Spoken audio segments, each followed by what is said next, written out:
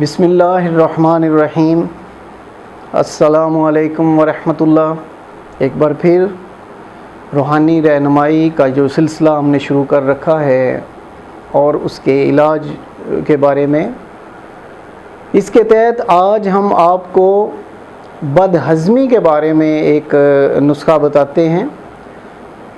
بد ہضمی خواہ وہ رمضان افطاری کریں یا پھر رمضان کا سلسلہ نہ بھی ہو، مہینہ نہ بھی ہو، پھر بھی آپ یہ استعمال کر سکتے ہیں۔ لیکن کیونکہ آج کل یہ اکثر ہوتا ہے، ہم اوور ایٹنگ بھی کر لیتے ہیں کسی دعوت میں جا کے، کسی افطاری میں جا کے، تو میں نے سوچا کہ کیوں نہ اپنے تمام بہن بھائیوں کو اور بیٹے بیٹیوں کو اس کا جو عمل ہے وہ بتا دیا جائے۔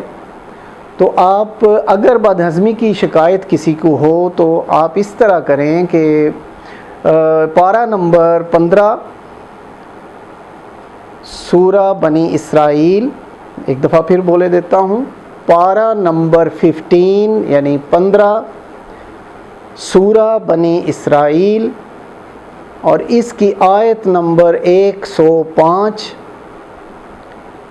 اس کو 7 مرتبہ پڑھ کے پہلے تھوڑا سا نمک لے لیں اور 3 دفعہ درود پاک پڑھیں گے۔ پھر یہ آیت نمبر 105 جو بنی اسرائیل کی ہے، سورہ بنی اسرائیل کی، اس کو پڑھیں گے اور پھر 3 دفعہ درود پاک پڑھیں گے اور آپ اس نمک پہ دم کر دیں گے۔